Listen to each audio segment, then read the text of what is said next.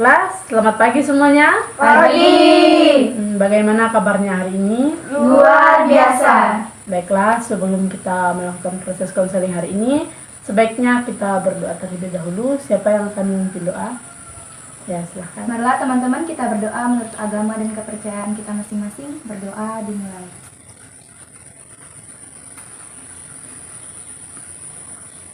Berdoa selesai. Baiklah, sebelum kita lanjut ke tahap proses konseling hari ini, sebaiknya kita perkenalkan diri dulu terlebih dahulu. Dimulai dari mana? Sebutkan nama dengan hobi, atau mulai dari ibu dulu ya. Baiklah, perkenalkan, nama ibu Erika Francisca, hobi ibu traveling. Dimulai dari sebelah kiri. Halo teman-teman, perkenalkan nama saya Riki, hobi saya main bola. Halo teman-teman, perkenalkan nama saya Kristiani, hobi saya main badminton. Halo teman-teman, perkenalkan nama saya Nini, hobi saya main bola. Halo teman-teman, nama saya Tania, hobi saya main bola. Halo teman-teman, perkenalkan nama saya Yolanda, hobi saya memasak.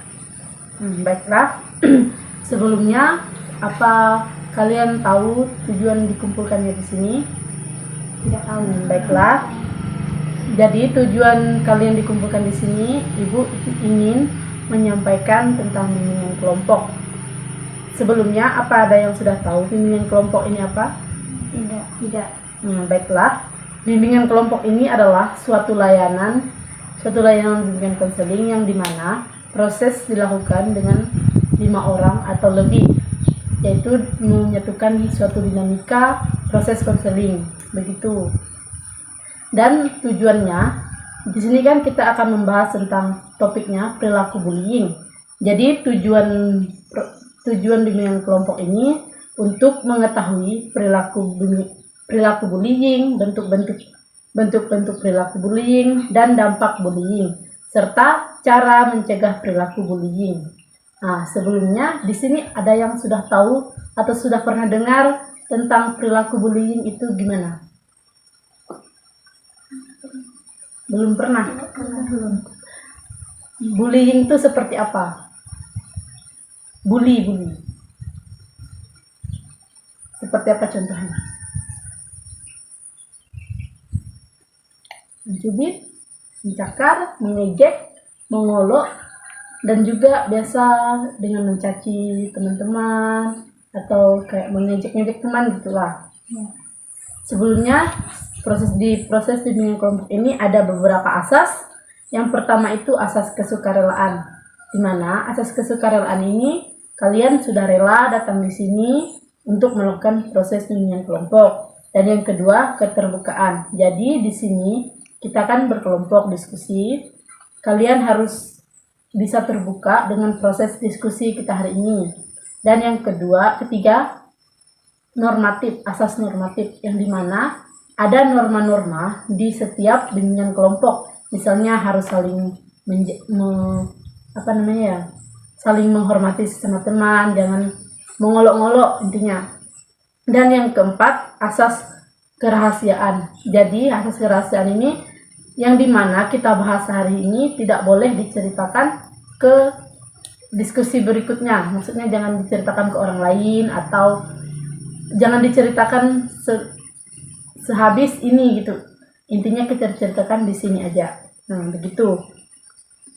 Kenapa kalian dikumpulkan di sini? Karena ini kalian kan masih banyak belum tahu perilaku bullying dan bentuk-bentuk bullying. Jadi, ibu mengumpulkan kalian di sini agar kalian tahu gimana perilaku bullying, dampak-dampak perilaku bullying dan bentuk-bentuk perilaku bullying.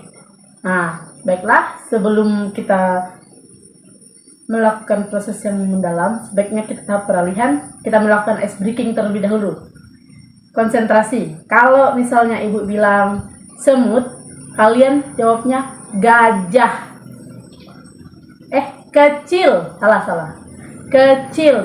Setelah kalau ibu bilang gajah, kalian bilangnya besar. Bisa? Konsentrasi? Kita simulasi dulu ya. Semut kecil. Pakai gini. Ulang sekali lagi. Semut Kecil. Gajah Besar. Konsentrasi. Semut Kecil. gajah Besar.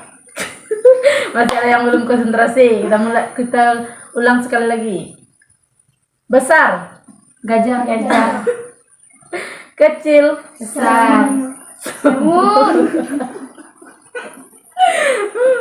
masih ada yang belum konsentrasi. Ulang lagi ya, sekali lagi.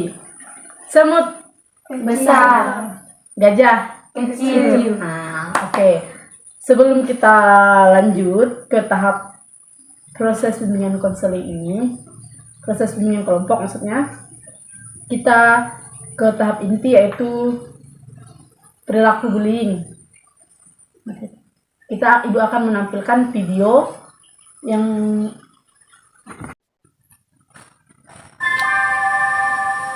Saatnya istirahat.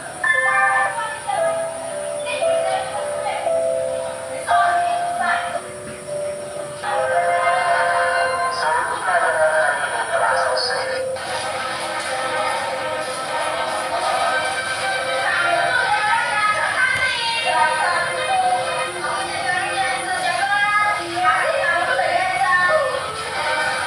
Menjadi korban bullying tentu bukan pengalaman yang menyenangkan. Itu benar-benar dapat menghancurkan mental. Bullying dapat memiliki efek yang sangat merusak pada mental. Maka ketika kamu melihat adanya pembulian, kamu bisa membantu menghentikannya.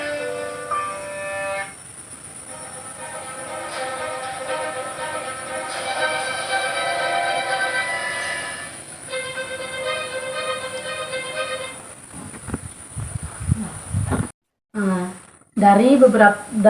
cuplikan video tadi, kalian bisa menyimpulkan nggak gimana proses perilaku bullying itu? Contohnya gimana perilaku bullying? Ada yang bisa menyimpulkan? Yang dari video tadi, menurut kalian ada perilaku apa aja? Kayak tadi kan mengejek temannya, contohnya. Menyuruh mengerjakan tugas. Mendorong. Nah, selain itu, ada lagi. Mengatakan kata-kata kasar. Nah, setelah itu tidak ada. Nah, jadi video ini tadi kan hanya cuplikan gimana perilaku bullying ini banyak tidak mengenakan untuk orang yang dibully gitulah istilahnya kayak. Jadi kita ini kan udah tahu perilaku bullying itu seperti apa.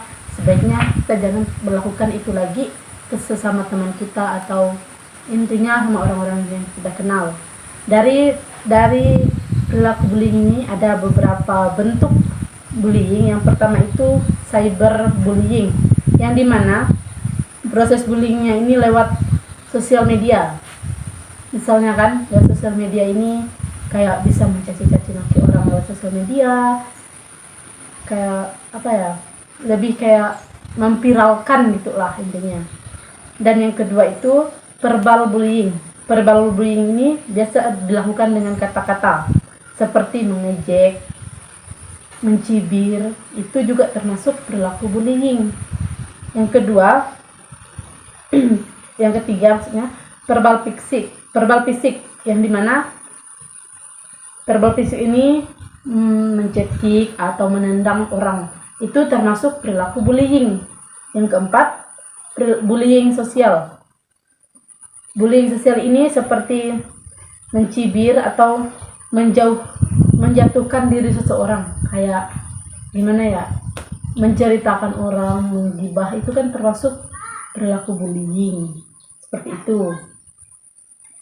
Dan dari beberapa bentuk ini, apa kalian bisa mengetahui dampak dari perilaku bullying ini seperti apa? Dampaknya untuk kalian atau untuk orang lain gimana? Bisa misalnya kan bullying ini dampaknya gimana? Maksudnya kalian kan melakukan bullying kan, dampaknya untuk kalian atau untuk teman itu gimana? Bisa memahami? Misalnya dampaknya kalian melakukan mengejek, jadi dampaknya untuk orang itu bagaimana? Dampaknya tidak mau bergaul. Yang pertama.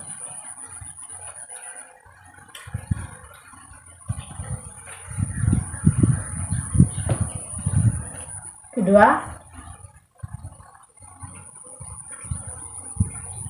menjadi pendiam. Itu juga termasuk. Dan jadi si korban bullying ini kayak ada terjadi ini depresi atau bisa juga tertekan gara-gara sering dibully atau dicaci maki sama teman-temannya, sama keluarga atau orang-orang terdekatnya begitu. Nah, tahap masuk ke tahap akhir, kita tahap mencegah. Kalian bisa menyimpulkan bagaimana perilaku bullying itu. Maksudnya kalian mau mencegah perilaku bullying ini tidak lagi terjadi, bagaimana? Tidak mengelak teman berlebihan.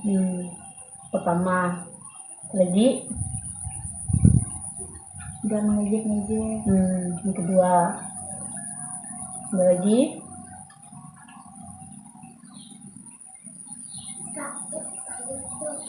Tidak melakukan hal itu lagi atau menjauhi orang-orang yang ketika melakukan bullying terhadap orang itu. Nah, begitu. Jadi perilaku bullying ini kan tidak baik untuk diri kita ataupun korban bullying, yang pasti akan menimbulkan dampak positif dan dampak negatif untuk diri kita atau orang lain. Nah, begitu. Baiklah, kita sudah mencapai di tahap akhir.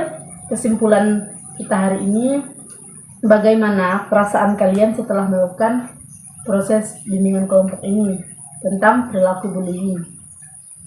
Bagaimana perasaan kalian? Apa kalian sudah mengetahui bentuk-bentuk perilaku bullying, dampak-dampak bullying gitu? Bagaimana perasaan kalian?